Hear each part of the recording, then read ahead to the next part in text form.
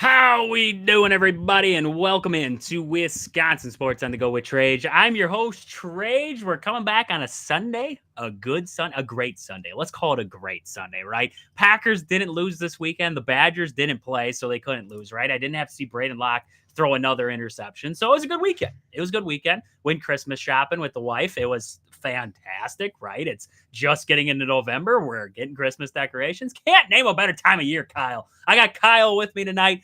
Chopping on the Bit podcast. You can find him there, Twitter, wherever you want to find him. Great show. You got to check this guy out. He is fantastic. Kyle, how we doing tonight? Sunday? Great Sunday here. Hey, it's a great Sunday for me. Patriots get a win. I'm happy the Celtics won, which unfortunately was against your team. I know we'll talk about that a little bit later, but I can't be mad. Can't be mad right now. Can't hate it, right? You can't hate on what is going on for you right now. Outside of, you wish that the Patriots were still, up there in the rankings right now. But outside of that, doing well. You can't complain too much on that side. So lots to get into today. We want to start out with the Badgers basketball, right? Men's basketball got a good weekend. Had a good weekend. They beat Montana State. They beat Appalachian State. We want to talk about that Badgers game there against Appalachian State because it was a good game.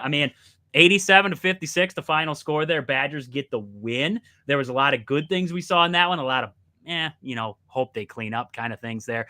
The Badgers started out slow again, right? And it's been a continuing thing for them. Started out slow against Holy Cross. Had to dig themselves out of a hole. Started out slow versus Montana State. Found their footing fast in that one, though. And then in this game against Appalachian State, they go down 17-6 at one point. Win on a 28-3 run to end the first half. Answered back, right? And that's a good thing you can take away from it is they answered that call. They're getting kind of spanked around there. They answered the call, found their way back into these games here. And some decent performances on the backside of that. Tanjay with 17 again. We saw Klesmit with 15, 17 out of Stephen Crowell, and Nolan Winter with 10 in that game there. But that's the extent of the big scoring, right? We see Amos come off the bench there with 10. And that's one of the biggest things that I looked at coming off of this one is the Badgers still, how deep can they go on that bench, right? That's always something that seems to lack on certain teams out there. And the Badgers right now, for me, I'm looking at this bench and I'm like, okay, I know I can go to Amos, but we still, you look at the minutes there. He had 12 minutes played in this one. Gilmore had 10. McGee with 22 off the bench. And I love what McGee gives you off the bench for the Badgers there. But the lack of bench, right? You got to be able to find scoring when you go away from the starters. And you look at the scoring off the bench, outside of that 10 from Amos there, you had 3 from Jack Robinson and you had 4 from Kamari McGee. Outside of that, you don't get a lot of production off that bench. So that's something that I'm keeping an eye on there is there going to be that production coming off that bench for the Badgers? Because you cannot just rely on your starters constantly putting numbers up like this and getting you to this point because you might get in foul trouble. You might play one of those games where you're playing a quick team and you got to have breaks. You got to have guys come, mass subs, whatever it is. You got to find ways to score when they're on the bench. So that's something I'm keeping an eye on is the bench for Wisconsin. Do they find that scoring coming off that bench there? The Badgers offense, they go through waves for me. And when their offense is at its best, it's working inside out. You and me, we were talking about that game against, I think it was Holy Cross leading up into that one. We're like, they don't have size. You got to find a way to get it inside and then work it back outside for threes. The Badgers went away from that early. They're like, oh, let's just start jacking up shots. Let's start jacking up threes. You can't do that. You can't just go into a game with that mindset. The Badgers, they have a decent enough shooting team. They have guys who can knock down shots, but that's not their game. They got to find ways to work it inside out. And that's what we saw again against Appalachian State there. They kind of went away from it early, and then they figured out, we do have an advantage on the inside. Let's work it in there. Let's do that. And when they did, they found their way into this big, 28-3 scoring run here. There was some threes mixed in there, but it was a lot of Stephen Crowell. It was a lot of getting it down to the post, guys driving, cutting, whatever it was, making things work. So you got to love that. They did a great job taking care of the basketball in this one. I thought, turnover battle was big in this one. They found a way to turn Appalachian State over there. McGee, like I mentioned earlier, he continues to be that spark plug off the bench for the Badgers there. He does those little things, right? Defensively, does those little things, facilitating the basketball. I talked about his 4 points, not huge, but he finds ways to contribute in other ways, just like Carter Gilmore. I mean, I hate the diss on that guy because he finds different ways to contribute each game for this Badge team. So I love seeing that there. Getting to the line, the free throw line, once again, 13 for 16. They've been impressive at the free throw line this season, so you love that there. Outside of that, I mean, I talked about the bench there. I think Amos could use a couple more minutes here and there. I think Amos could be a big time scorer for him. I mean, he's got a rhythm from the outside. You see him in this one, 2 for 4 from downtown. He kind of got a rhythm there going on. So you like that. Outside of that, I mean, Kyle, what did you see? I mean, looking at the stats from this one, what did you see from, the Badgers, Appalachian State? What'd you like from Wisconsin in this game, looking at some of them stats? Yeah, so like when you see kind of the breakdown stat wise, because look, Appalachian State and Wisconsin, they're kind of two different levels, but you want to build good habits. So what did I like? The 14 steals. That shows guys moving their feet, guys helping out, putting offensive players in bad positions, forcing turnovers. Love to see that. That's something that if they can carry that over into Big Ten play, they'll be fine. I love the fact that they had 43 rebounds. They won the rebound battle. Now, once again, it is Appalachian State. We'll see how they do against some of these other schools once they get into the Big Ten schedule. But you win the rebounding battle, you cause turnovers or steals. That means you can get out in transition. You get easy buckets. I love to see stuff like that. Points off turnovers with the steals, they had 16 points off turnovers. That's 16 easy points. When you get into Big Ten play, those 16 points can do a lot for you. What I don't necessarily like, 8 for 28 from three, 28%. That's you would love to see that number a little bit higher than that. But, once again, this is something that they're still working with. I think it's going to be interesting to see how the 3-point shooting kind of trends throughout the season. Do they become a team that you can factor them for like 20 to 25 threes? Can they get you 10 makes out of that? We'll see. But for me, the steals is a big number for me because 14, that's doing work. A lot of teams might get 3, 4, 5, and you feel like they had a good night. You can get 14. Obviously, not going to do that every night, but that shows guys locked in, knowing their assignments, knowing where ball and their man is, and locking in. Like that's good to see early on in this season. So I think all in all, for where Wisconsin is and where App State is, I think the stats look favorable. Like I said, the only glaring thing is the 3-point shooting, but everything else you can kind of work with because even field goal percentage with that bad 3-point number, they still shot 47% from the field. I'll take that any day. And that's I think Wisconsin's trying to play into the hands of new college basketball, Yeah. right? Put up as many shots as you possibly can, and 8 for 28 doesn't look that bad at the end of the day because you still had 8, right? And I think that's kind of the way you put up 70 shots in this game. And that just seems like that's going to be the MO for Wisconsin. That's going to be what they try to do. They're going to try and put up as many shots as they can. And you're going to have games where you go 11 for 28 and you're going to be like, oh, that's good. That's good night from the 3-point line. Like, we'll take that because like you said, on the flip side of it, they still shot 47%. Not bad. I mean, it's not a bad night at the office. Now it's going to be when you get into those big games, what's going to happen? Will you rely solely on that outside shot? Or are you going to be able to do both? I think in this game against Appalachian State, I saw them do both. And that's something that I was keying in on, what I wanted to see, work the ball around, cutters, whatever it was. Tanjay, I mean, we lost AJ Storr, but we got Tanjay. And I love what I'm seeing out of him so far. He's got the ability, 3-level score, the ability to get to the rim when he gets there to finish, get to the free throw line, knock down those free throws. Those are big. Those are big time. Knocking down free throws will always be big. Wisconsin, I mean, they're built off of we're going to rebound and we're going to shoot free throws. That's through the years what they were built on. They kind of got away from that. hopefully this team is kind of gearing back towards that. Second chance points too, finding ways to get second chance points, rebounding the basketball, like you mentioned there. Offensive rebounds, they had 14 offensive rebounds in this game, getting after the glass. You love to see numbers like that. So, all the way around a solid win. This isn't a great Appalachian State team. Like you said, they're on different levels of this, of a spectrum there. But, these are kind of the sketchy games, right? You get early on, you're still trying to figure yourself out. You're still trying to figure out, that's a big thing for Wisconsin too. They're undecided what their rotation is at this point. They don't know yet. They're still trying to figure out who fits where and everything like that. So that's something that we're watching in this one. They have a huge test, right? Early on here. They have number 10 Arizona coming up next year. So that is going to be that's a clash right there. That's a clash. We're going to see. You know what? Honestly, I don't even care. If Wisconsin loses that game, they lose that game. If they win that game, fantastic. Like, I'm still cheering for a win. But I want to see Wisconsin show me something in that game. Like, you're going to find out a lot about this team, how they can compete, right? Because Arizona, I think they're going to be better than Iowa. I think they're going to be probably better than Illinois. Minnesota, they're probably going to be better than them. I don't know about Ohio State. That's a good team. They have a lot of recruits that came into Ohio State. That's going to be a good team. But like Nebraska, Maryland, I think Arizona's better than those teams right there. So when I look at this game against Arizona, I'm like, okay, I want to see a well put together game by Wisconsin. And if they come on the losing end of it and they lose by like 5-10 points, I walk away a pretty happy man. But if they lose by 30, okay, now we're back to the drawing board of like, what is this team? Where are we at right now?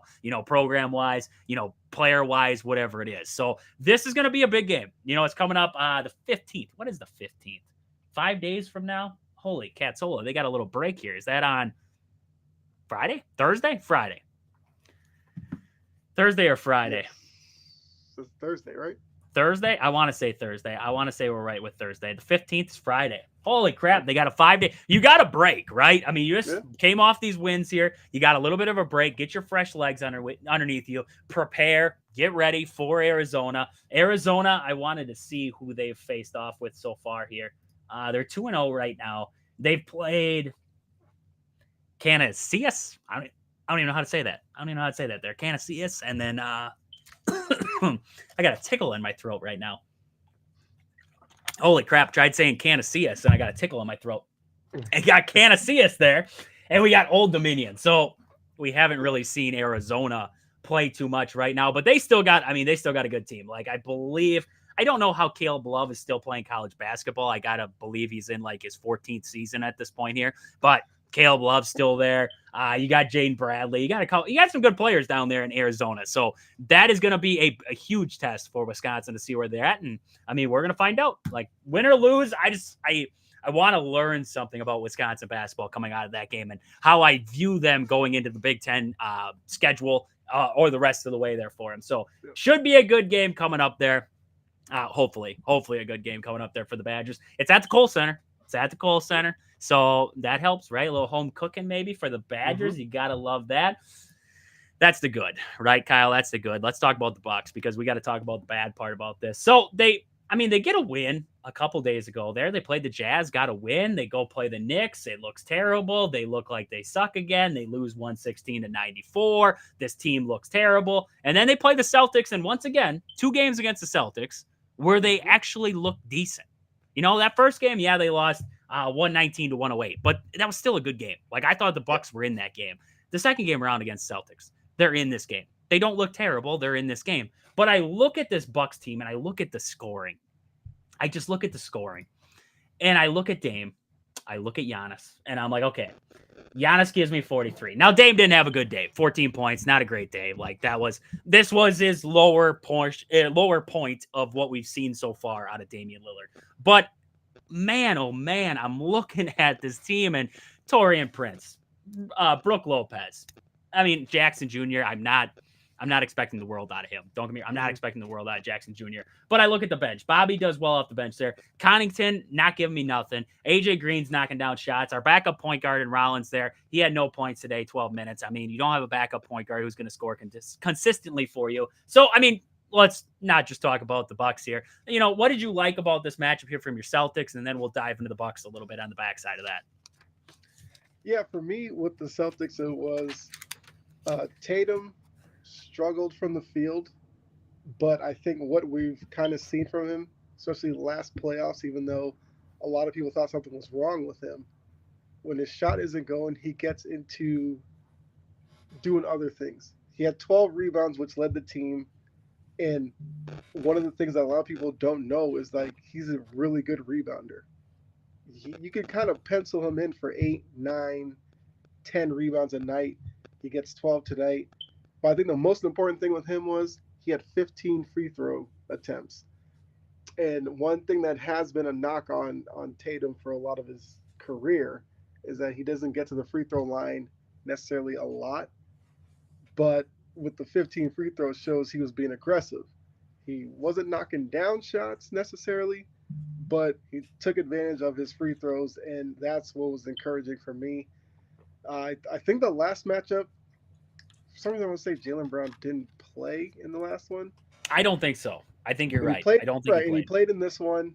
He he had only had 14 points, but because I was talking to like Brett, who's also a Packers fan, a Bucks fan as well. The whole thing with Giannis now makes the third matchup more interesting because he and Jalen Brown got into it. He put his hand out to shake his hand and then did the too slow, which I hadn't seen that in like 15 years. Shout out to Giannis for still doing it. Knowing the kind of person that Jalen Brown is, Jalen Brown has a lot of petty in him, and I love it. So something tells me the third game that those two are going to get involved. And I don't think this is a bad thing in any way. I feel like for a lot of NBA fans, they want to see hatred amongst teams. And one thing we know is that Giannis isn't all about the whole, oh, you play for whoever, we're buddies and all that. No. Giannis is like, I play for the Bucks, you play for whoever, you do you. I'm trying to, rip your guts out here. So this adds another layer to two teams that have had some really good like series and all that the past few years where there is like a built-in hatred there. If this is something that grows a little bit more, I think it's good for the league. I feel like this is one of the things that the league needs more of. Missoula joked about it a couple of weeks ago, like we need more fighting in the league. Now, obviously, you don't necessarily need to see fighting, but I think he's just talking about like we need more chippiness. I love it, and I think these two teams, it could get interesting. I mean, yes, the Bucks are still 2-8. Like you said, we'll get into the Bucks part here in a second, but the Celtics, like they did what they normally do. They get guys in double figures, which means they put a lot of pressure on you defensively to cover all these guys that can beat you at the rim and on the perimeter. Like Peyton Pritchard, this has been his season of breakout, and he had another good game today. So I like what I saw from them. They're 9-2 now. They've clearly established themselves as one of the top teams in the East once again, even though Cleveland is still undefeated, I believe. And they meet Cleveland next week, so I will be interested to see how that game goes. But yeah, I thought it was a real professional win from them. The third quarter is where they won it. They held Yeah, Milwaukee to 15 points. Like that's kind of becoming a bit of their MO. They'll play the first half. In the third quarter, they go out on these runs early on, and it's whether or not the team can bounce back from that.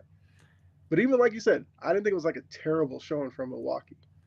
no, they find ways against the Celtics. I don't know what it is. We play the Celtics, we look like a decent team. We play crap teams. We look. I mean, the Cavs. We should have beat the Cavs twice. Like Mm-hmm. there was two close games with the Cavs. One of them came down to the last. I mean, late shot by Donovan Mitchell to win it. So I mean, Yeah. man, oh man. But I mean, you're 100%. I was going to ask you if Peyton Pritchard just waits for the Bucks. Like it seems like every time the Bucks see Peyton Pritchard, he knocks down like at least three threes in that game. Like that's just his thing. Yeah. I don't know. He just doesn't like Milwaukee. I did. I mean, I saw that. I saw that between Giannis and Jalen Brown there, and I was like, Giannis is just trying to goof. Like he's just trying to goof Yeah. around. And Jalen Brown's like, dude, no, like he's gonna give him a handshake. Then yeah, Giannis does the old, too slow. And I was like, that's just Giannis being Giannis. And Jalen Brown's like, dude, I'm just enough. Like I've had enough of this. Like, Yes. okay, here we go, Yeah. Like That's this. what I'm like. If Giannis wanted to do that, there's other people on the Celtics who could have done that too. Like Yeah, Tatum, I feel like it would have been nothing. I don't think Horford, because he and Horford have a history as well. Horford probably would have done the Jalen Brown with it. Derek White, it would have been fine. Maybe even Drew Holiday. Jalen Brown is the one that you don't do that with. Because Jalen Brown has an old school mentality about him as well, which is what I love about him. He has Celtics green on. He's looking to destroy whoever's across from him. And maybe Giannis was doing it to him for reasons that only Giannis will know, because Giannis, yeah, no, he's Giannis. After the last game, he can go to a reporter and say, if you don't want to be here, then get out. Everybody's scrambling to figure out who he's talking about. Like, this is who Giannis is. And I respect Giannis. I love watching Giannis play. He's one of my favorite players to watch in the league. He's a character. I will agree with that. I think Yeah, people. I feel like people didn't know that about him, because he was a guy that was quiet early in his career. So I think people kind of just miss this part of him. Like, he has a real Joker type of style to him. yeah, no, I would 100% agree. I would 100% agree. Like, that's just Giannis being Yeah. Giannis and Jalen Brown being Jalen Brown. Like, he just doesn't. He's not a goof like that. He doesn't Yes. mess around like that. Like, that's just it. It's not him. And I Yeah. mean, you wanna hate on Jalen Brown for it, but that's his personality. And at the end of the day, you accept it, and you kind of just it's gonna be one of those storylines now. We'll wait and see kind of what transpires second time around. What comes out of it second time around there. But I mean, this Bucks team, man, this Bucks team, Hmm. Lopez Lopez is a non-factor against athletic bigs. He's just a non-factor. Yes. Maybe that's why when they do face off with the Celtics, Horford's not, you know, overly athletic. So Lopez has a little bit better of a matchup. But when he was against Cat the other night there, when they played the Knicks, it was terrible. Like, that was just Hmm. terrible. He should have never been on Cat to begin with. And it's Lopez. You got the problems with Lopez. Gary Trent Jr., you brought him in. He's not, I mean, he's cold. He's not able to knock down shots for you. I believe he was out for this game anyways. One of those, he was out, but probably just trying to, I don't know, recoup or, try and figure it out mentally what the heck's going on there. So you don't have Gary Trent for this game. Torian Prince is, I mean, he's hit or miss, right? But he's a bench player. He's not meant for this role here. He's not meant for Yeah. this role. And we've talked about it before. Chris Middleton isn't going to fix this. I don't believe Chris Middleton coming back is going to be the ultimate solution. Will it add scoring to your team? Yeah, I think it'll add scoring. But I look at the defense for the Bucks. They're slow. They're slow getting after guys. They're slow. It's just a very old veteran-led group that can't compete with these other teams right now. The floor spacing for the Bucks is terrible. I believe it's terrible for me. They don't move. You watch the Celtics. That ball moves at 1,000 miles per hour. Like, it doesn't Hmm. sit in one spot for too long. The Bucks are so stagnant. Damian Lillard's got it. It's Dame time. It's Dame's show now. And then you see Giannis get it. It's Giannis's time. And then Brook Lopez gets it. It's like, please don't shoot. Like, at this point, please don't shoot at this point here. It's such a stagnant offense, and it comes back to energy, right? Hmm. Bring in energy to this team. I believe that's why we're seeing Andre Jackson Jr. in that starting lineup. Not just that Gary Trent Jr. can't hit a shot, but he's going to bring energy to the floor. So when I see him with 1 point there, I'm not as worried about that, because this guy's at least going to bring me defensive energy down there. You need something, right? You need somebody to bring energy to the floor. I don't think Giannis has played as well defensively as he did in the past there. And Hmm. we look back at the championship run the Bucks made. Why was it so successful? They turned teams over. They were able to score in transition. That was the biggest thing for the Bucks. Yep. Transition points, right? They are not getting these transition buckets here. This is an old, slow lineup that isn't turning teams over. The defense is terrible. And we want to sit here and we want to blame Doc Rivers until we're blue in the face. And I didn't think Doc Rivers was a good hire to begin with. But if you're Doc Rivers, what are you supposed to do, right? What are you supposed to do with this lineup? What are you supposed to do with this roster at this point here? For me, I'm playing the young guys. I'm just saying, Hmm. screw it. I'm throwing all my young guys out there. You have all these guys on your bench here. Smith on the bench, Beach Camp. You have Johnson on the bench there. You have all these young guys. I'm just saying, screw it. I'm throwing these guys out there. I'm trying to find lightning in a bottle at this point, because what you're doing right now with Torian Prince, and you're throwing out Brook Lopez out there for extended minutes, and Pat Connaughton. Pat Connaughton stinks. I don't know who needs to hear that yet, but Pat Connaughton stinks. What does he do for me? What does he realistically do for me? I saw him airball a bunny the other night against the Knicks. Just airball this bunny point blank. Like that was it was almost Pat Connaughton's like, this is it. This has got to be it. You're telling me that Delion Wright is playing so bad that he cannot play here, but Pat Connaughton's playing better? Yeah. I don't know what you're watching. I don't know what you're watching.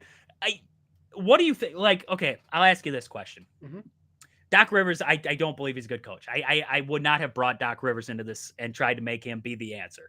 But can you blame this all on Doc Rivers? I mean, honestly, can you blame this all on Doc Rivers? Or is it the energy from some of these guys, I mean, supposed to be your stars, right? Brooke Lopez, etc. on this team, stepping up and being players out there, trying to be athletic and not being lazy. This team is the definition of lazy basketball. This is lazy basketball, right? The Celtics are the definition of high pace, fast. We're going to work it around, just like you said with Jason Tatum. Doesn't have a good night shooting. He's still rebounding the basketball. He's doing the little things. This team right now, this is a lazy basketball team. Can you blame all of this on Doc Rivers, or do you need to like do a self check here as a lineup and then maybe put some blame on Doc? I'm not saying don't put any blame on Doc. I put blame on Doc, but is this all on Doc? No. Well, yeah, no, because a lot of it is the makeup of the team, and a lot of it is the philosophy of the team. Defensively, they've kind of been like this for a few years now. In transition, they love running to the paint to take away the inside. Unfortunately, against a team like Boston, Boston loves shooting threes. So it's been a while for me that I remember Milwaukee really being a good perimeter, defender of the three. I feel like that part, if Doc disagrees with it, might take some time to break the habit with these guys. But you also have to, give Doc a lot of blame because I don't understand the Gary Trent and Torian Prince. Like, obviously, like I said, Gary Trent didn't play in this one, but like the last one, it was like Gary Trent and Prince are getting dedicated minutes. I feel like with those two guys, Doc Rivers needs to change the mindset. You're doing well if one of them is going well, but if they are both struggling, there's no need to run them out there 30 minutes or 25 or something. I agree with you. I would turn to the bench and I'd say, I don't know, I'd say Johnson, let's see what you have. I'll give you 5 minutes. If you play well, I might pull you, put you in for 2 more minutes here later on. But some of these guys who have dedicated minutes don't need it. Brooke Lopez, I feel like Brooke Lopez has had his time. He should not have a dedicated minute limit.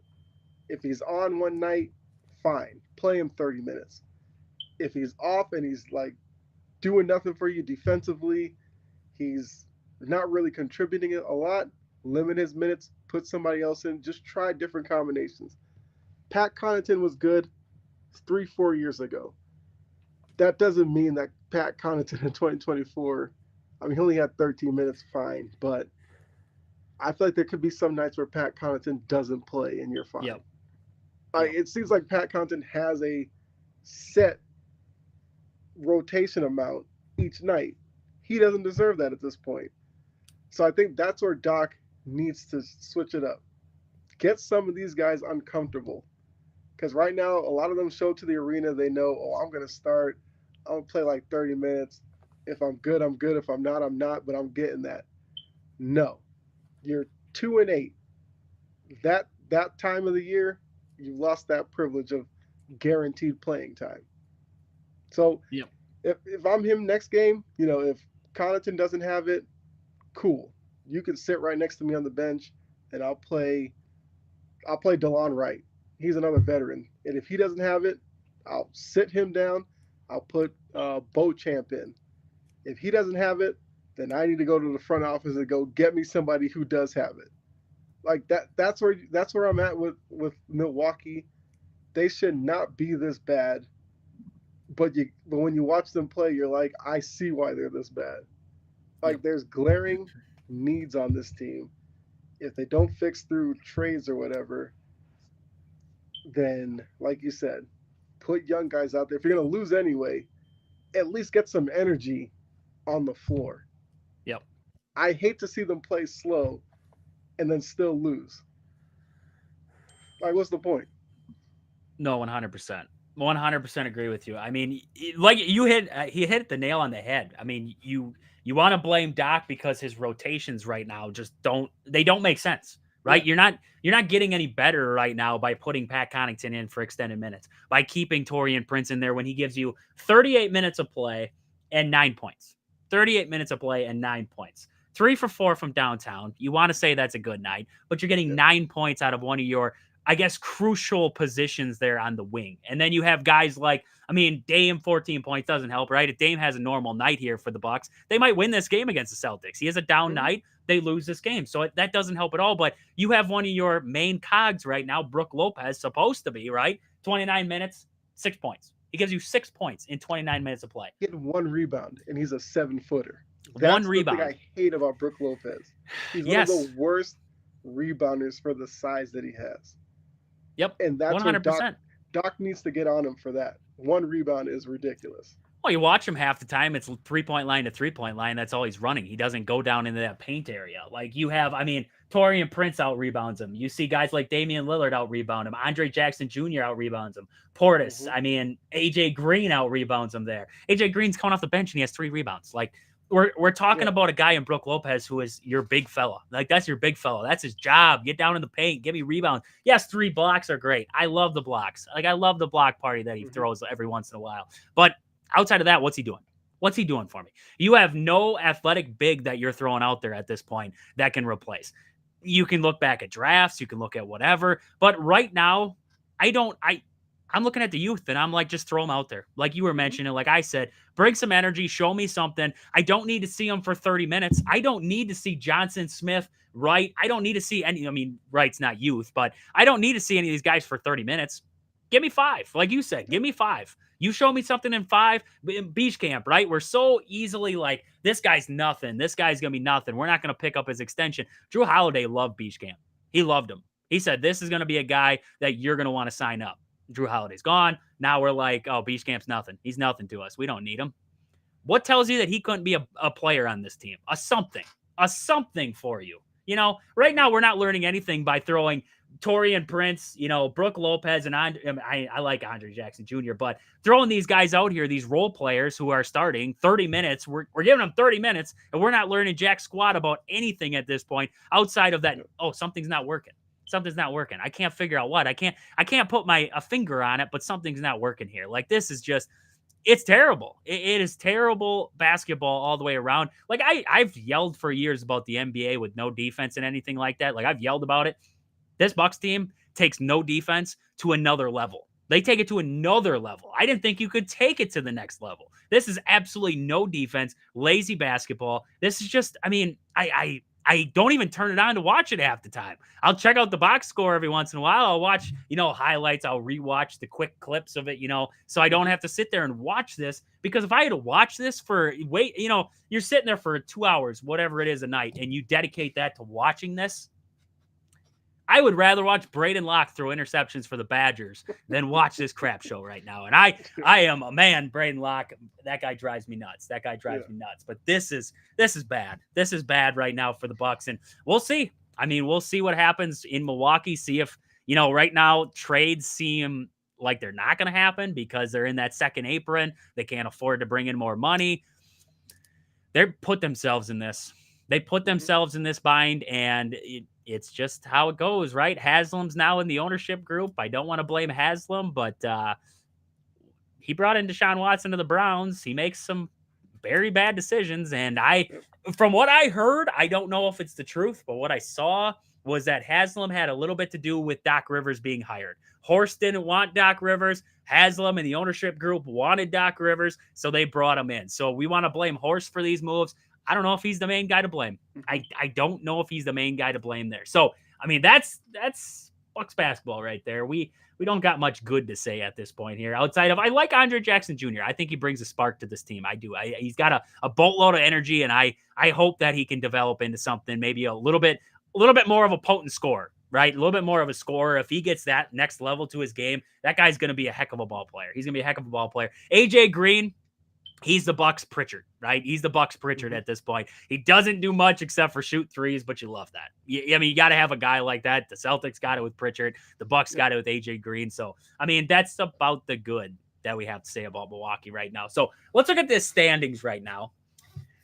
Wow, I can't believe I'm looking at the Bucks where they're at right now in the standings, but that's still catches me off guard. They're below the Yep. Detroit Pistons. You want to know how bad the Bucks are? They're below the Detroit Pistons at this point. Like that, that tells you how bad they are. That tells you how bad they are. I mean, they got an easier schedule coming up here. The Bucks do.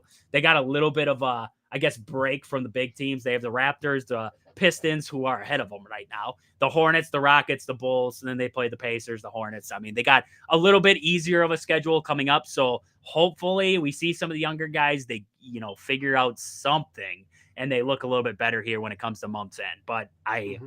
right now I'm not seeing the. We were talking about the pinhole before on the on Mm-hmm. snap counts there on Integrity Sports Network. We were talking about the pinhole for the Jets Yep. fans getting into the playoffs. Right now, there's a pinhole of light for the Bucks figuring this one out, and hopefully that pinhole becomes maybe a bolt hole at some point here and gets a little bit bigger. But right now, it is a mess. So let's look at the Eastern Conference right now. Cavs up top, 11-0. And I think they'll get beat here pretty soon, probably by the Celtics, and then they'll come back down to earth. Celtics at 9-2 right now. We see the Pacers 5-5. There's a lot of struggling records after the top there. Pacers 5-5. Magic, they're 5-6 right now. We see the Knicks at 4-5. Charlotte at 4-5. The Nets 4-6. The Bulls 4-6. 3-5 are the Heat, and then the Pistons at 4-7. Then we see my Bucks down there 2-8 right now. Anything stick out right now? I guess in the Eastern Conference wise, Cavs up top, Celtics in that too. I think the normal cast of characters 1 through like 5, what I expected this season, those teams I expected to be kind of up near the top. The Hornets, a little bit of surprise so far. They might come back down. They have 4 wins, right? It's nothing crazy, nothing to write home about. The Nets have 4 wins too, and then you see the Bulls and the Heat and the Pistons in there too. I mean, out of the those teams there, anything surprising you so far? Uh, I mean, look, you talked about the Bucks at the bottom. You got the Sixers, even worse off than them. They're dealing with the Embiid injury. I know. I'm gonna say Brooklyn and seventh. I watched Brooklyn very closely the other night against the Celtics. Brooklyn's gonna be a team that's gonna give certain teams problems. They play very aggressive defense. They have guys offensively that if you catch them on the right night, they are going to surprise a lot of teams. Like Cam Thomas is a guy who can fill it up. Schroeder is just an annoyance. He can get under a lot of teams' skin. He'll score a little bit. So I think Brooklyn's going to be a team that I'm interested to see going forward how good they are. Like I said, right now they're hanging around at 4-6, and they look like kind of a 500 team at best. But I think they're a team that if they were able to make a move, could be a little bit better. Outside of that, you know, I think the Heat, this is kind of where they live. They live in the play in. I think Butler went out of their last game with a little bit of an injury. We'll have to see if that's something that lingers all season. Will he be in and out of the lineup? I don't know. But I mean, the Hornets up at sixth. I don't expect that to last. The Hornets are not a good team. I want them to do well. Like Charles Lee was on Missoula's staff last year. I know he came from the Bucks as well. He seems like he's going to be a good coach. I just don't like some of the players in Charlotte. Like they can be fun to watch, but they're one of those teams you'll watch. They'll give you like 3 or 4 Sports Center level highlight plays, and then by the fourth quarter they're down by like 15, and you're like, what's it worth? Like, okay, you got a few moments of excitement to just get blown out. So I think they will start dropping like a stone here. I, the Pistons have been like everybody's hopeful team for like 3 4 years because they have so many young guys that are on that team. It seems like they just need the right coach to get them to a better position. And Cade Cunningham's balling right now. Jaden Ivey, after spending last year in the doghouse, is playing well again. That he's kind of in the lineup.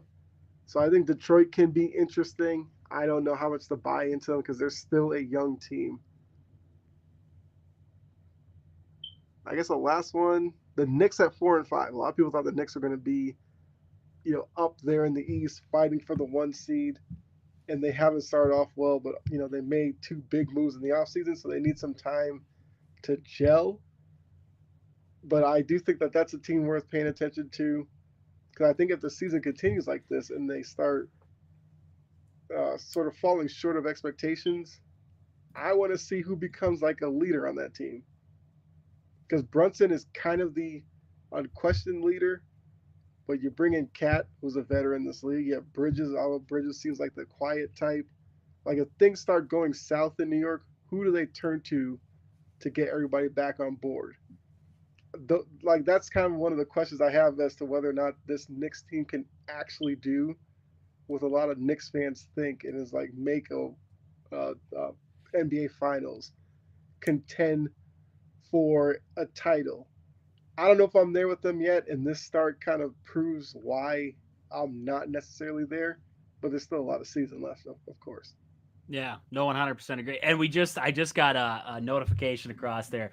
Jalen Brown called Giannis a child. He said that Giannis is a child. So I can't wait for Celtics and Bucks round I three think they're because playing like I think they're playing like 2 weeks.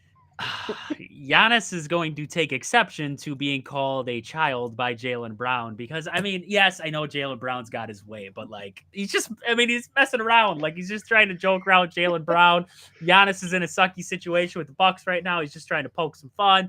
Jalen Yeah. Brown calls him a child. Like, cinema, baby. This is setting up for a good one, round three. So I can't wait for that one there. Let's look at the West. Let's look at the West real quick here. Suns up top there, 8-1. Been playing well. We see Mm-hmm. Oklahoma City Thunder, they're 8-1 too. We have the Golden State Warriors 7-2. Buddy Hield is kind of fitting in like Klay Thompson did before there. I think they got Yeah. rid of the Splash Bro and they found another guy there. So you gotta Yep. love that. Timberwolves 6-3. Denver Nuggets sitting at 6-3 right now. Rockets 6-4. Memphis at 6-4. Clippers 6-4. Lakers 5-4. And then the Dallas Mavericks at 5-4 right now. I'll be honest with you. Versus the East, the West looks pretty like these could be my playoff teams. Like these right here. Mm-hmm. These top 10 could be my playoff teams. I look at the East and I'm like, we're missing the Sixers, we're missing the Bucks, like we're missing some of the better teams in there. So, Yeah. I mean, looking at the West, anything that sticks out to you in there? I mean, look, Golden State is currently beating Oklahoma City. I feel like a lot of people were praying for their demise this year because they've been so good for so long, and it looked like they were just going to fall off a cliff, and there'd be questions about should Steph Curry want out, Draymond Green and all this. They have kind of gone through the bad of the past couple of seasons where they didn't look like old Warriors, and now it's like they retooled a bit. They're using some of these young guys on their roster. Question would be, how well do they hold up over the course of 82, moving up in the rotation? But as long as you have Steph Curry, like you have a legit shot. Wiggins will always be the X factor for that team because if they can get 75% of the Wiggins from the championship year where they beat Boston in the finals, they'll be fine. If they get the Wiggins from last year, who seemed disconnected, seemed distracted, then this early start could slowly start to fade from them. I mean, like you said, the West has been kind of like everybody's kind of where they belong. Obviously, the Suns being at the top, I don't think I saw that, but they have talent there. I think the Tyus Jones addition gives them a legitimate point guard. That's helped them out. The Grizzlies in 7 are a team I'm watching. Although John Morant got hurt the other night, I think John Morant needs to switch his play style a little bit. He has a little Allen Iverson in him where he loves going to the paint, challenging these big guys, but he's not the biggest guy himself. And if he continues to do that, he's going to get those nagging injuries. And with Memphis, he's so important to what they can do offensively. They need him to stay in the lineup if they're going to be anything come June in the playoffs. Yeah. Houston. big surprise that they are up where they are because Houston has a lot of young talent as well. I think people are probably looking at next year, maybe when they put it together.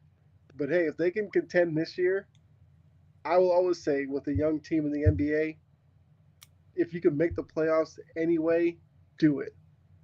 I don't care. You don't have to be like a top 16. If they make the plane, I think that's good for them. Get young guys some of that exposure to June basketball.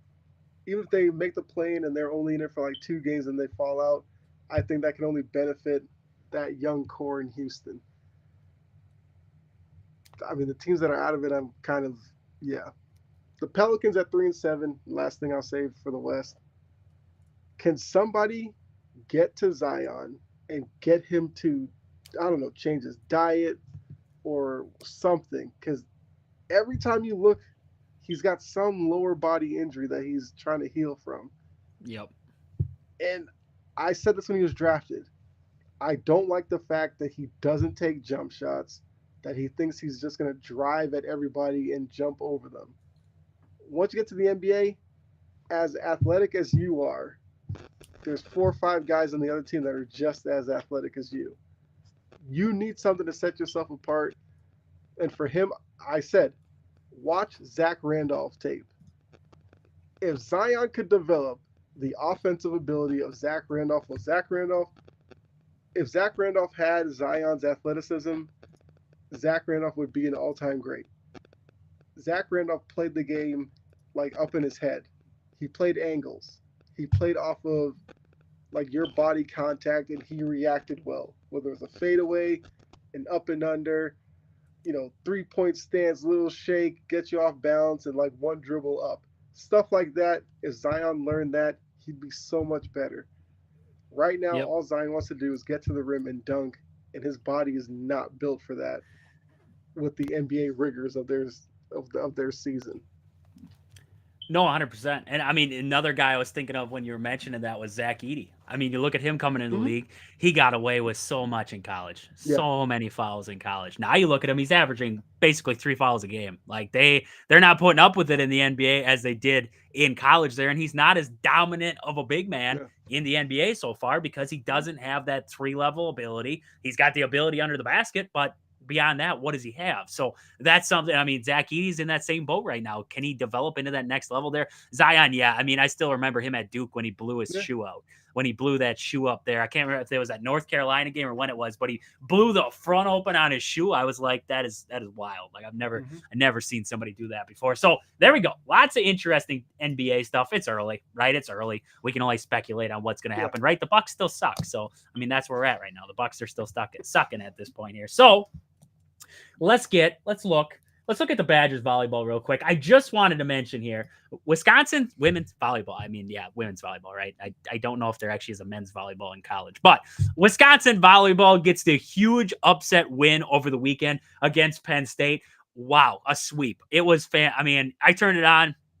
My sister, she loves Wisconsin volleyball. She says Wisconsin's a volleyball school. A lot of other people say that too. But I mean, she's always so bullish on Kelly Sheffield and what he does with this Badger team. But they took care of Penn State at home, won the first set 25-23, won the second set 25-12, and then they won the third set 25-13. This is I believe they were number 3 Penn State when they were coming to town. That's an impressive sweep right there by the Badgers. So we just wanted to mention that. That is a great win, right? As a fantastic win. Like doesn't get much better than that for Wisconsin volleyball. So we just wanted to mention that real quick here. But I want to look at college football.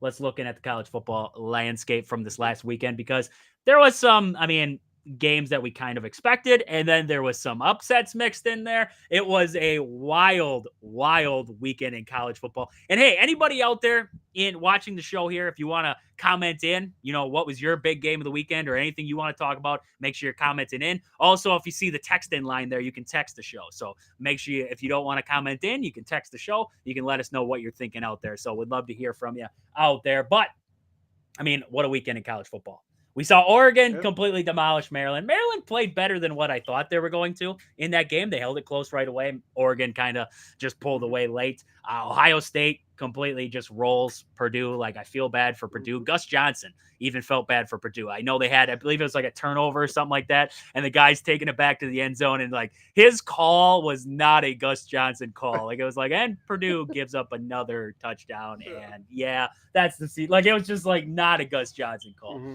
But here's the big ones, right? Here's our big games. Ole Miss knocks off Georgia. And Ole Miss backs were against the wall, right? I mean, they were sitting at 2 losses, 1 more loss, they're out. Like, they're out of the college football playoff picture. They go and they handled business versus Kirby Smart. They made Carson Beck look like he was nothing at quarterback. They controlled this game. They controlled this Mm-hmm. game from the first half on. If you're an Ole Miss fan, you love that. 28-10 was the final. Jackson Dart plays well for Ole Miss in this one. 13 for 22, 199 yards, 1 touchdown. You love that there. I mean, Georgia now with 2 losses. These are 2 teams now in the SEC, 2 losses, backs against the wall. They're 1 loss away from most likely missing the big dance. Mm-hmm. Any thoughts coming out of that one? Yeah, I think with that one, like you said, for Ole Miss, this is a last kind of ditch opportunity for them to kind of show the committee that they could be a playoff team. Because look, this is what 10, 11 weeks into the season, not that much regular season college football left. This is the type of performance that leaves a lasting impression on the committee. So I kind of think unless they, you know, drop some shocker here, I think this is the game that we'll look back and say that's what got Ole Miss into the playoff. I think it's also Georgia has been begging for a few losses this year and have gotten away against some teams. Against Ole Miss, they couldn't do it. I think Carson Beck has been trending downward for several weeks now. I think it's a little troubling because before the season, Beck was seen as one of those quarterbacks that if you were like quarterback needing in the NFL, Carson Beck was supposed to be one of those guys you should look at. I've seen him a few times. I wouldn't buy into that guy. Like if you get him middle rounds, I don't care. But he doesn't look like a first round pick. He doesn't look like somebody I would necessarily go in the second round for. After that, sure. But yeah, I thought it was a great win for Ole Miss. I think for Ole Miss, the past couple of years, they've had some pretty talented teams. I think the results just haven't been there. This is a big win for that program. 100%. That it was a massive win. Backs against the wall, like we mentioned, getting it done. There was one team where you said a key there. Georgia's been begging for a loss. Miami has been begging for a Yes. loss. Begging for one. I have not been sold on Miami this entire season because you had that close game there with Virginia Tech. You had that close game with Cal. You had that close game with Louisville. Duke had you on the ropes for a while, and then you lose this game to Georgia Tech there.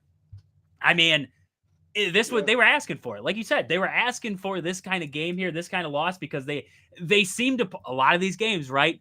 They're in them, they're not pulling away, they're in them, and then Mm-hmm. late game they find a way to score, right? Cam Ward leads them down the field and they score. Different story here against Georgia Tech. Georgia Tech had the answer every single time. Cam Ward would lead Miami down the field, they'd score. It was a 5-point game, whatever it Mm-hmm. was. Georgia Tech goes down, they answer them right back. Like this was the definition of good, all the way around football by Georgia Tech, and I love to see that. So, any thoughts on that Georgia Tech game there? Yeah, I completely agree with you. Miami has been playing, I guess, on the line here between wins and loss. There's just certain points where Miami just looked like they were just going through the motions, and I think Georgia Tech has kind of shown this year that if you make mistakes or you take them lightly, they'll make more of a game of it than you maybe want. It's just that this one they were able to pull it off, and even like late in the fourth quarter, there was opportunities for Cam Ward to lead the comeback, but they had like a late, I think, strip sack fumble. They had some play late that I don't know. You kind of question the validity of their season a little bit because they were fourth ranked. They didn't look like the fourth best team in the country, and this is look late in the season. they need to recover from this quickly because they turn around and lose again, then you're kind of running out of games. That's really going to hurt your stock. Now all of a sudden SMU is leading the ACC, which I know a lot of analysts were talking about how I think the SMU was like begging their way into the ACC for like 2 or 3 years now. They finally get in, and they may turn it into an ACC title. So clearly they knew something about ACC football that they were badly wanting to get into the conference. So look, we'll see if Miami bounces back. Cam Ward was a Heisman hopeful. I mean, I don't know what a game like that necessarily does to his candidacy, but he still threw for like 348 with 3 touchdowns. That's good.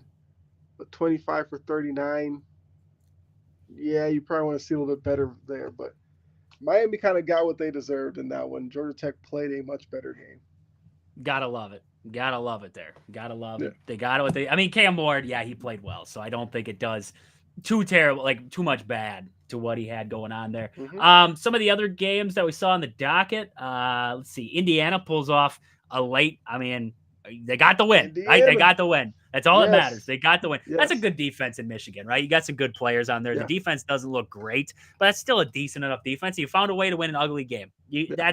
That's what you got to do sometimes, and that's what they did in this one. So Indiana moves to 10-0. Wowza, gotta love that. Yes. Florida State's downfall is masterful. 52-3, they lose to Notre Dame. Like wow, Yeah. wow on that one. Alabama cruises against LSU. They cruise against LSU. I want to get back to that game in a second here. Kansas with the upset win over Iowa State. Texas Tech, Colorado. Colorado gets the win, but that refereeing job in that game was ugly too. I wanted to mention something. Oh, yeah, that's what it was. Fans are getting a little crazy lately, right? We saw it in Texas, throwing stuff on the field. We see it in LSU, throwing stuff on the field. Texas Tech, throwing stuff on the field. Mm-hmm. I don't know if there's a way to prevent it because you can't really prevent it, right? You can't prevent it at this point. Fans are going to be fans, right? But you're costing teams yardage. You're costing, seconds of the, you're just, I don't know. Like, is this, they saw Texas do it, and all of a sudden they just think that, like, if we start throwing stuff on the field, like, it's going to get the job over. I know Texas was fined $250,000, right? $250,000 there for what happened. But, I mean, these fans don't care. They don't care. So, is there, I guess, double sorted question there, double-edged, so I don't know what I'm trying to say there. Double question.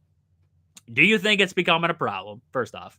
Second off, do you think there's a way that you can actually prevent fans from doing it? Because I don't know if there is. I guess we'd have to know what these schools are doing to these people who are throwing stuff. And whatever it is, kind of up the penalty. If it's, you're taking away their season tickets or something for the rest of the year, but they can come back. Maybe you just need to start just banning some of these people. Because look, I get it. You want to get frustrated. You want to let the refs know that you're frustrated. What happened to the days where you just booed? You just said refs suck. You kept it moving. Now with you throwing stuff, it becomes a safety issue. Because the last thing we'll need is some quarterback on an opposing team. Something happens, fans start throwing stuff, takes his helmet off, catches a bottle to the side of the head or something, gets cut open. Like, that's where this is heading. Because now we've got people like throwing stuff towards players, like in their vicinity, not necessarily to hit them, but kind of like make them know, like, hey, we're throwing stuff at you. That can go wrong in so many ways. I don't know, maybe these schools need to start doing like PSAs before the game and be like, hey, don't throw stuff. Still, some people will just want to be trolls and do it anyway. So I think the biggest thing is going to be how you punish them when you find out that they did it. That's the only way you can curb this kind of behavior. Come down on them with something that maybe the average fan says is being way too strict. Well, yeah, we're at that point where you need to start just laying down the law. Catch you throwing something, you're done. We don't want to see you back in the stadium. Don't need you. We'll get somebody else to fill your seat. My wife, she sent her opinion into the show here. She says, what if it was nets? What if you had to put nets up? Like, the MLB, they puts up nets for foul balls. It's going to be a lot of netting. Like, that's going to be a lot of netting you got to Yeah. stretch out around a football field there. But, I mean, that would be the extreme. But if you got to do something to stop them, maybe you put it up the Yeah. sidelines. I don't know. Like, it needs to stop. It's like you said, it's player safety. It's player safety issues. It's a lot of issues with it all the way around there. And I mean, Texas did start it. They started it. They didn't get a call right, so they started throwing stuff on the field. The call got reversed. So now people just think, well, if we start throwing stuff on the field, it's going to change it. LSU, that was blatant. Like, that was an obvious face mask call. Like, there was no changing that call. Yeah. So just all the way around, terrible, terrible situation around college football the way that it's happening right now. But I mean, we'll see. We'll see if they do anything to punish teams, punish fan bases, whatever further beyond that. Their Army, they moved to 9-0. That's all we need to know. Army's 9-0. They're gonna have a bid in the college football playoff. I got that feeling. I got that feeling they're gonna have a bid to get in the college football playoff. I want to see Boise State did end up beating Nevada there, so Boise State stays with that one loss on the season. There's some good stuff there. So, I mean, that's about all we got for college football. Kyle, we got to get to our fact of the day here before we get to the NFL. What do you got for me? Fact of the day here.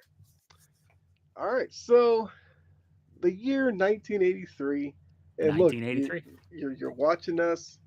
We're on computers and we're on laptops. That's how we're recording this. That's how we're doing the live. You can go back to 1983 on this day. Bill Gates introduced Windows 1.0. 1.0. Wow. What are we at now? What is Windows at now? I believe Windows is at Windows 11. Holy crap. Like, that's the thing, iPhones too. Like, you think iPhones, like, we're at what, 15 now? 16? Are we up Yeah. to 16 at this I think point? it's 16 now. Yep. Like, holy crap. Like, that is, I mean, the way that it's advanced throughout the years, Yeah. that's wild. That's wild. Yeah. Windows And 1. in Windows 83, 1. when you saw that little Windows logo and everything, you were like, this is where it's at. Bouncing Now, corner to corner yeah, on the you're waiting old for it box. to hit directly in the corner, like on that Office episode. You're like, you've seen the second coming at that point. But to know that it started in 1983 and what it's grown to now, like that's crazy. Wild. It's crazy. I mean, technological advances that we've made, just wild. Just wild there. So let's get to the NFL. Let's get to the NFL here. First thing, what do we think of these Texans all red jerseys that I'm seeing right now? That's a lot of red. I mean, honestly, is that a lot of red? Like, is that a lot of red going on right there? Well, I mean, look, their logos looks like almost like a bull's head, kind of bulls and red. I guess I see it. Look, if that's what it takes for them to play like the way that they are tonight, rock them every week. This is as good as I've seen Houston play in like 4 weeks. The So offensive I'm line here still for it. looks like trash, though. The offensive line still looks Right. rough. CJ's still running around for his life there, but the defense looks bam. Like, Yes. they look good right now. So I mean, we're gonna wait and see. Hope, I mean, hey, Packers fan here. I'm hoping the Lions get beat by Yeah. the Texans here. That'd be great for my mojo. Oh. Nah, you didn't house it. I was hoping for a house on the punt return Right. there. 54 seconds. CJ Stroud gonna take her to the house. So Kyle, let's look at some NFL. Let's look Yep. at some NFL here. I wanted to look. Let's do a dive into the standings right now. Let's do a little bit of a dive. See if, like, we're seeing the same things out there, if these teams make sense. Right now in the AFC, Mhm. we have Buffalo Bills up top of the AFC East. We have the Steelers up top of the AFC North right now. We have the Texans up top of that AFC South, but that's looking like a terrible division at this point. And then we look at the AFC West with the Kansas City Chiefs up top 9-0. Right now, looking at that AFC picture, do you see, how many teams do you see in there with a legitimate shot? Like, okay, right now Kansas City Chiefs are your number one team, but what do we, like, looking at that AFC? How many teams in there do we see with a little bit legitimate shot to be a AFC Championship contender? Like, who can get to that point? So yeah, I would go Chiefs. I think I think Russell Wilson led Steelers. I think the Steelers are legit. I've seen enough from them the past couple of weeks that I think that they are one of those teams. Russell Wilson's done this, been down this road in the playoffs. The playoffs won't be too big for him. Pittsburgh is a place that if you have to go to, can be tough to win in January. So I like them. Like I just said, if the Texans play like this, before the season, I thought the Texans were a sleeper AFC title game participant with a chance to go to a Super Bowl. This game tonight is showing me that I feel a lot better about saying that before the season. I'm going to give them a slight chance as well. And they also had their experience last year. They went up against a Baltimore team, played better than them in the first half, struggled in the second half. I think it was a learning experience for them. I mean, I've said for Baltimore, I know that they are a really good regular season team. I think in the playoffs, they kind of lose direction, and that's how they lose in the playoffs.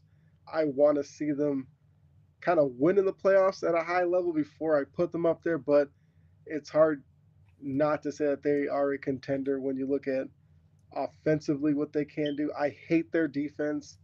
I say it all the time. I don't like their secondary. I don't like the linebacking, the second level in pass coverage leaves a lot to be desired. To be desired, and the defensive line doesn't put pressure on quarterbacks like they used to. So I think for all three phases of the Ravens defense, I'm worried. That's my holdup with them. I mean, outside of that, I don't think the Chargers are there yet. I feel like Harbaugh needs a few more of his type of guys, and then you might see them next year. Buffalo, I want to put up there. I like the fans of Orchard Park. I think it's a great place to, I guess, for them to play. Josh Allen still has some old Josh Allen in him that it'll appear like every once in a while where he's careless with the ball, he's turning the ball over, and I always say like that's going to be the thing that holds Buffalo back in the postseason. I think talent wise, I think Josh Allen's a really talented quarterback. I just think sometimes he gets antsy, it tries to make plays that aren't there, and then he gets in trouble. So if I had to say like legit contenders right now, I'm looking at Chiefs, Steelers, Ravens. I think Texans are right there about to join the group, and I think Buffalo should be in the group. But I just want to see more of their like early season Josh Allen. He seemed like he turned the corner. He was taking dump down, you know, throws in the flat, the easy stuff. Now it's like more of the old Josh Allen's creeping in where he's starting to force some passes. I don't like when he starts playing like that. I would agree. I would agree with that there. We got Dustin in the comments here. How's What's it going on, going, Dustin? Dustin? He's here. He's here. Nice to see you in the comments there. Let us know, Dustin, what you're thinking about some of these teams here around the league. But I would have to agree. You know, right now my tier, till somebody beats the Chiefs, they're the number one team. Like that's just you have to put them up there. They're back-to-back Super Bowl champs. Steelers, they showed me a lot against the Commanders. I think this is a very good defense that can do a lot. The Texans currently they're going to go up 23-7 on the Lions here. So wow. I mean, like you said, if it's those red jerseys or what it is, I don't care. They're just going to wear them every week. Wear them every week. I think it's the shiny helmet that does me in. Like it's the shiny helmet with the matte colored jersey that does me in. Like it's a weird combo. It's weird. It's like the Vikings for me. I look at they wear that shiny purple helmet, but it's a different color than the purple that's on their jerseys. It drives me nuts. It absolutely drives me nuts. Like get one color. Just get one color purple, wear it all the way through. I think that's what drives me nuts with them the most. But I would agree. Chiefs up top, Steelers, Ravens, basically polar opposites there. Good defense, overpowered offense. I think the Steelers have a good offense too, so I like that there. I would say the Texans are in there with the Bills. I think both of them have the ability to be a good football team. Outside of that, I mean, the Bengals could be a sneaky team, but that's about it. Chargers could be a sneaky team, but that's about it. Broncos took the Chiefs to the bare bone, but couldn't figure it out late in the game.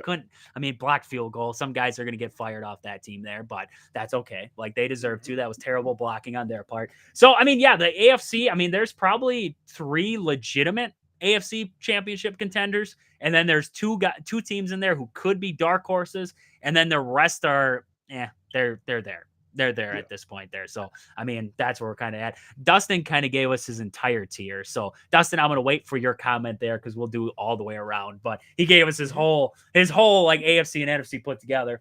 Okay. NFC wise.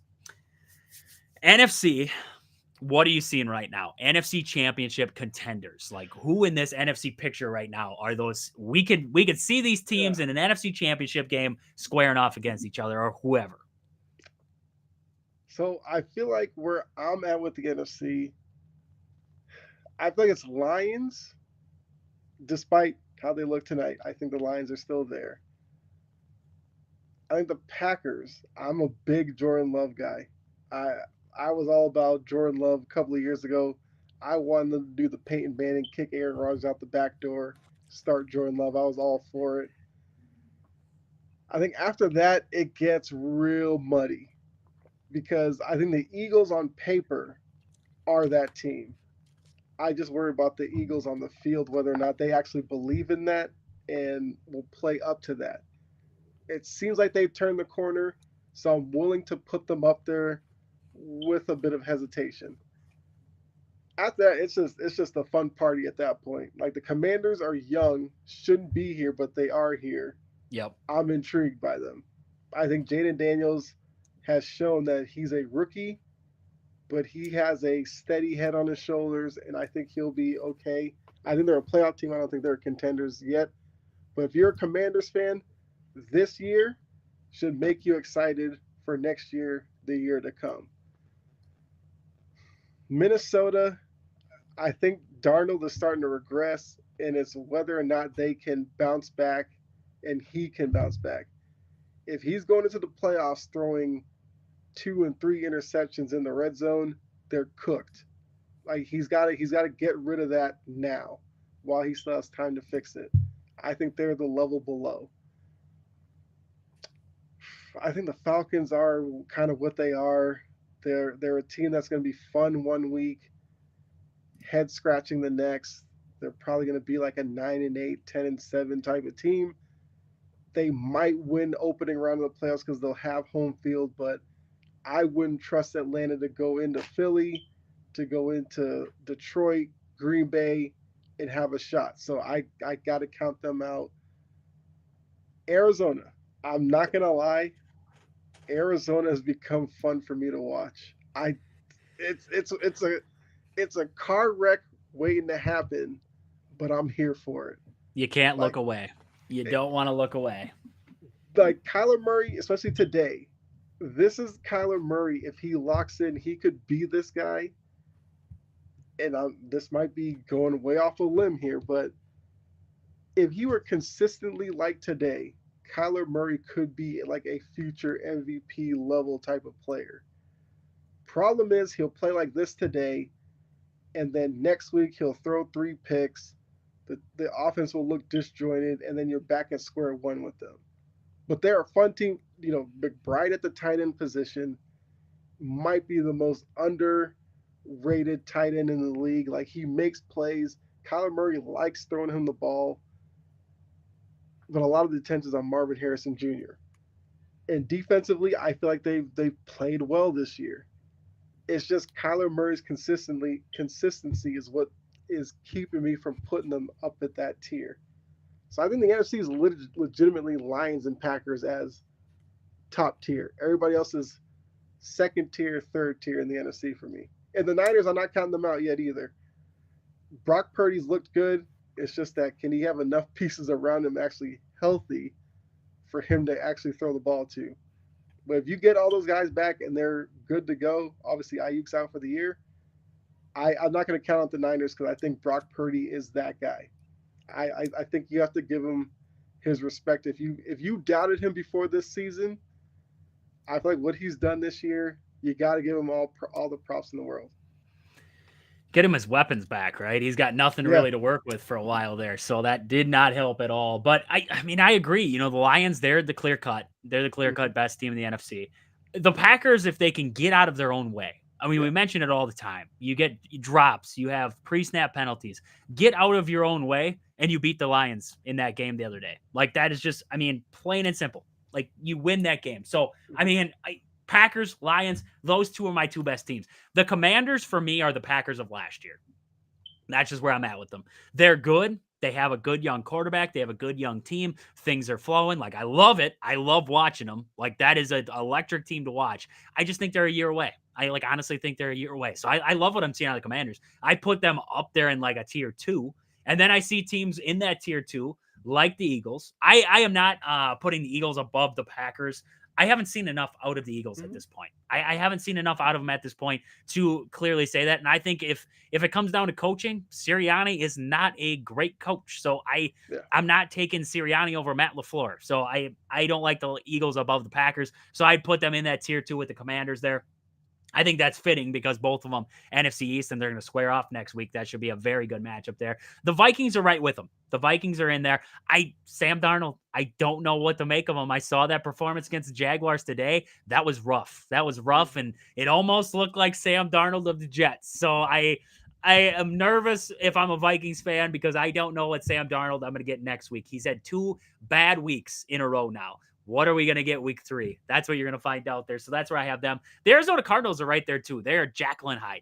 One week they give me this masterful performance like they did against the Jets. I know it's the Jets, but they had a great performance. And then the next week they're going to go lose to like the Bears or the Panthers. Like they'll just find a way. I don't know what it is. 49ers, I'm not counting out. The Rams are a sneaky team. They are a sneaky team. That defense is coming along. You have Puka Nacua back. You have Cooper Kupp. I like that offense for the Rams. Matthew Stafford's still got a couple bullets left in the chamber. That's an interesting team to watch the rest of the way. So, I mean, the NFC for me, like you said it. I'm going to say it. Packers and Lions are my 2 best teams in there right now. The Vikings, Eagles, Commanders, they fit my 3rd tier or my 2nd tier right there. And then I'm looking at 49ers, Rams, Cardinals. Cardinals could hover between the 2 tiers, 2nd and 3rd tier there. But that's where I put them all right now. We have Dustin. I was going to get to his. He says, Tier 1 is the Lions and Chiefs and Ravens. Okay, so he went full league right now. He went Lions, Chiefs, and Ravens in Tier 1. Tier 2, Steelers, Eagles, Bills, and Commanders. Tier 3, Packers and Vikings. I don't know if I'd put, I would swap Steelers and Ravens. Steelers, yeah, I could see that one. Steelers are the more complete team at this point, looking at the defense. Like, defense wins championships. I don't know what to say about that one. Commanders and Packers, I would flip. I think the Packers are the better team. I just, like I said, they got to get out of their own darn way. Like, on paper, this is a good team. Like, this is a good Packers team. This is a very good Packers team. They have weapons on the offensive side. You talk about underrated tight ends. Tucker Kraft is a very underrated tight end. They have a very good defensive coordinator in Jeff Hafley, and the defense is coming along. So I'm interested to see what this Packers team does coming out of the bye and if they can fix some of those undisciplined errors that they've been having in this first half and see if they can clean that up there. Dustin also says Lions versus Commanders in the NFC title game. The hot take right now would be Arizona as a team no one wants to play. I agree. I would not want to play the Arizona Cardinals because it depends what team shows up. You might get like steamrolled. Like that's just the Arizona Cardinals that we're seeing right now. So I would agree with that. Let's see. One last one here. No one expected the Vikings to be in this position this season, let alone the position with Darnold. It is what it is. They win the games they should win. They win 10 or 11 games with their start and have gotten off to. I mean, I agree. Like no one expected them to be in this spot. I would agree with that 100%. You don't have a quarterback. I mean, I don't trust Sam Darnold at this point to be that guy. You can have all the weapons in the world. You can have a good defense, but we saw it against the Jags today. If Trevor Lawrence plays for the Jaguars, they win. Like, that's just my bold take on that one. Is Mac Jones wasn't going to win it, but if Trevor Lawrence was there, he would have won that game. So that's where I'm kind of at with that. And Dustin says, I put the Packers at tier 3 because they are 1-3 against teams with a winning record. That hurts them. I agree. They play undisciplined football at this point. Pre-snap penalties, I mentioned. I believe I would have to relook up my stat to be 100% sure on this one. Let me see if I can't find it real fast. I had it pulled up right here. Nope, I missed it. I had the stat pulled up there, and now I can't find it. And crap, right there. Against the Lions, 11 penalties. They had that pick 6 drop passes, a missed field goal, and 3 botched snaps.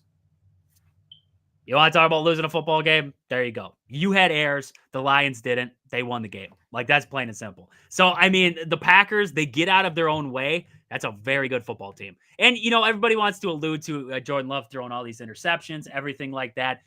I mean, let's look at the stats here. Let's pull up the stats. Let's look up player stats. Let's look at quarterbacks here. Interceptions on the season. Jordan Love is tied with Geno Smith for the most. And then you see Baker and Mahomes with 9 apiece. But look at the touchdowns. 15 touchdowns for Jordan Love. Patrick Mahomes is throwing 11 touchdowns on the season. Yeah.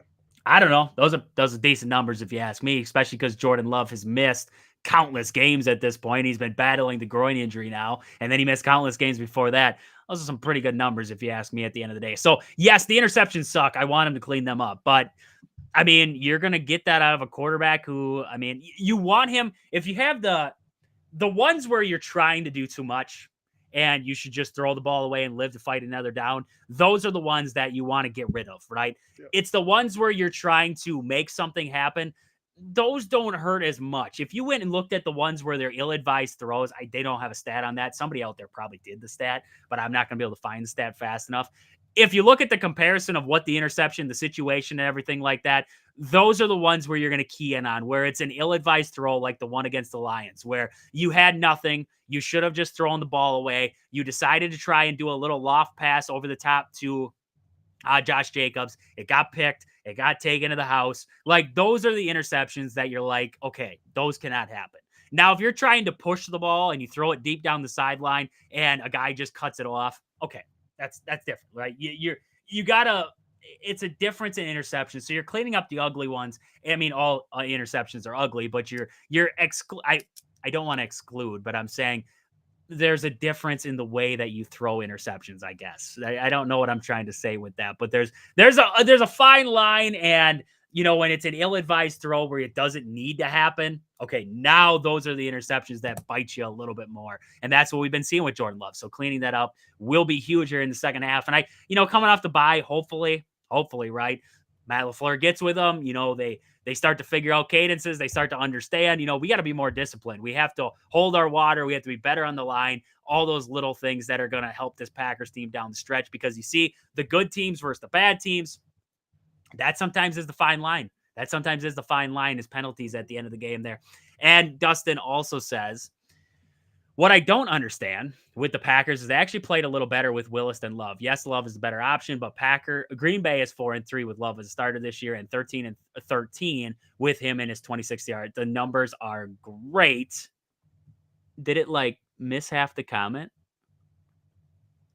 I assumed that he had another comment. But he hasn't been more than a 500 quarterback thus far.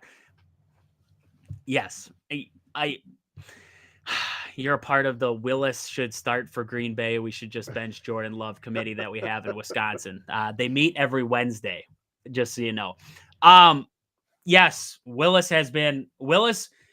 What Gutekunst did getting Willis and bringing him in as a backup quarterback, fantastic. That was a fantastic move. It might be one of the most underrated, trades that a team has made, is bringing in Willis into Green Bay because he won football games. But if I'm taking the Packers and I'm playing the Lions, who gives me the better shot to win? Right? Who gives me the better shot, right? At the end of the day, who gives me the better shot? Vikings, who gives me the better shot? I mean, you could go through this laundry list of good teams. Who gives me the better shot?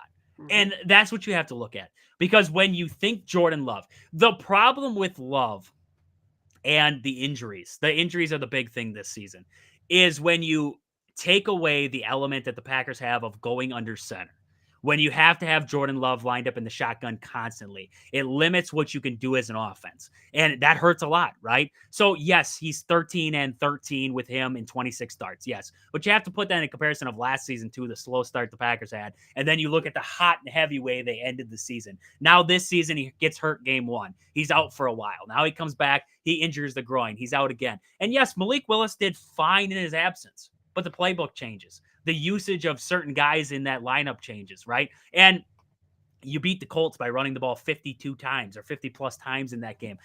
How often can you run the ball 50 some times against the Vikings or 50 some times against the Lions and expect the same outcome? I don't think so, right? So, I mean, Jordan Love gives you the better chance to win big games. Willis, if Jordan Love, this is what I said going into the Lions game. If Jordan Love could not line up under center, Willis had to start. If he could not line up under center, Willis was the guy. So, I mean, that's kind of where I'm at on that situation right now. And Dustin also says not part of the Willis crowd, but I am a part of you ride Willis until Love is 100%. I don't think he's 100%. I honestly feel Willis would have been the better option with the weather against Detroit last week. That's what I'm saying. If Love did not feel like he was 100% and he could not run underneath the center, okay. But you have to. I mean, the Packers. I believe I was going to look at what Josh Jacobs was doing offensively in that game because I believe he was averaging. Let's look at rushing here.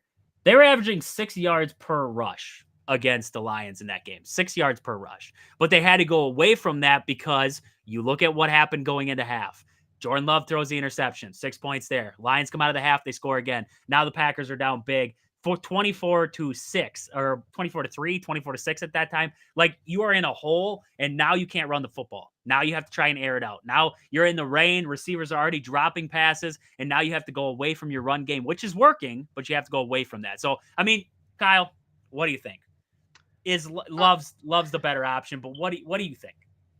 Yeah, I mean, look, when it comes to Jordan Love and the kind of nagging injuries that he's dealt with, obviously the backup quarterback becomes a bit of a bigger deal.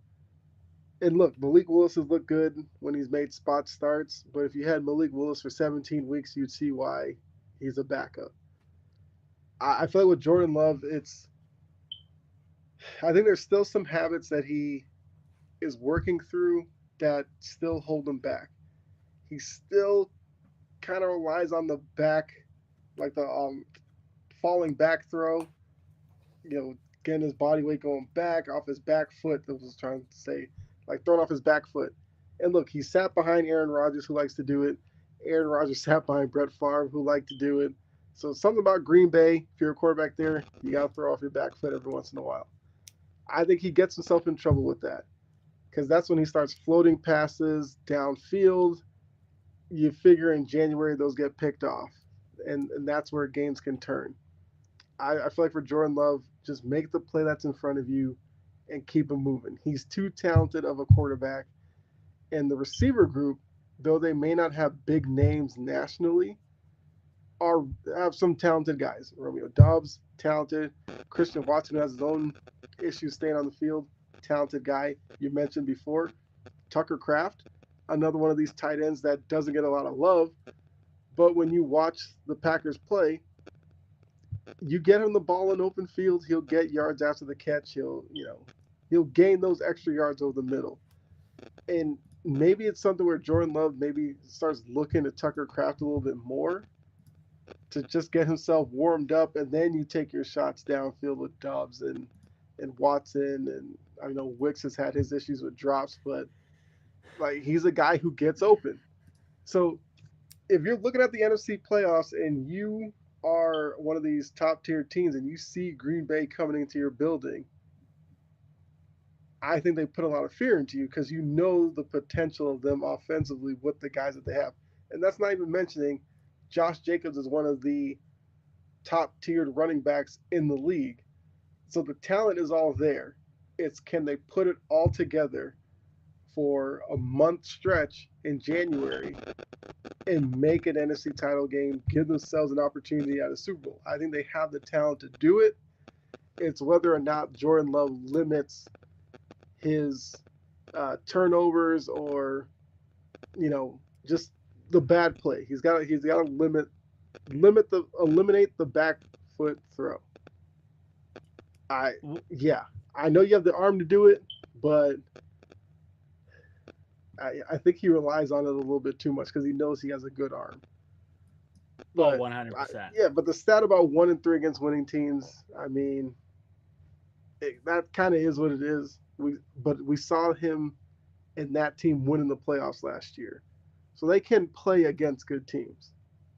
They can hang with them, and the NFC is so unpredictable that it might just be matchup based as to which team gets through it all because there's a lot of unpredictability. As good as the Eagles are at 7-2, they've looked horrible at times this season. So you can't really count on them being great every week. The Falcons aren't great every week. The Cardinals aren't great every week. The Niners are barely healthy every week. So there's just so many unknowns with the NFC that it may just come down to quarterback play and quarterback play alone. And if I'm lining up the NFC quarterbacks, I'm taking Jordan Love before a lot of these other guys. And I think if that's in your favor, you got a shot. Yep. No, I agree 100%. And you alluded to the guy, Dontavian Wicks. He has a 75.4 percentage when it comes to separation rate. That is unreal. That is a guy who Yeah. gets open all the time. But then you look at his PFF grade for drops, seventh to worst, Yep. 27. He's got a grade of 27. That's all you got to say. This guy gets open, but he can't catch the ball. So if you figure out him, if you figure out Dontavian Wicks and the They mental, that's become a a big big thing too. problem. Yes, that is a big thing too. Is we Yeah. talk about the confidence, we talk about this team coming off the bye week, the mental thing, right? Pre-snap penalties, not dropping passes, because you look at the Lions in that game, it was raining, but they didn't have a problem dropping passes. It's confidence. It's confidence in your ability. It's, concentration. It's all Yep. those little things that lead to those. Dontavian Wicks is big for that right now. If he becomes a big player, if he finds a way to start catching the football, this Packers team becomes deadly. Like, that is just Absolutely. plain and simple how it is. And Dustin, don't think we forgot about you there. He says, if had Love slipped on the field last week, there's a good chance the season could have been over. That was too big of a risk, if you ask me. You play it. You had a game against the Lions. You wanted to make a statement. You wanted to win that game. Jordan Love said he was ready to go. You do what you got to do. I mean, you do what you got to do in that one. I mean, Jared Goff had a bad ankle going into that week. Like, Jared Goff could have done something to his ankle and messed it up. Like, if we play the risk week after week, we're going to get to a point where, I mean, you just played him. You had to play him in that one. I mean, watch Jared Goff. He's got 4 interceptions tonight. Like, he's throwing 4 picks. Like, I don't know what to tell you. I mean, I'm cheering for the Texans over here, but at the same time, I need Amon-Ra St. Brown and David Montgomery to do something for me, because my fantasy team is starting to lose out on some points here, and I might lose this. I had Jamar Chase. He got me 55 points. Right now, the rest of my team is sucking, and I might lose this thing. So I don't know what to do on the fantasy side of it. But, Yeah. okay. Well, Kyle, anything else we got to wrap us up here? Anything? We're at the hour 30 mark. That's about where we end it every time. Anything else you got to wrap us up here? No, I mean, I always enjoy, coming on the show and talking with you. All I'll say is, look, Drake May's that guy. Drake I've May is seen that enough. guy. I liked him when they drafted him. I know North Carolina, he was a little up and down, but he's got toughness. He's making throws that Mac Jones wasn't making, Jacoby Brissett wasn't making. I, I'm all in on Drake May, and I'm so happy that they took him. Now it's about building around him, because once you saw the quarterback position, half your rebuild is kind of set. Now it's the wide receiver group upgraded a little bit, and I think they'll be fine.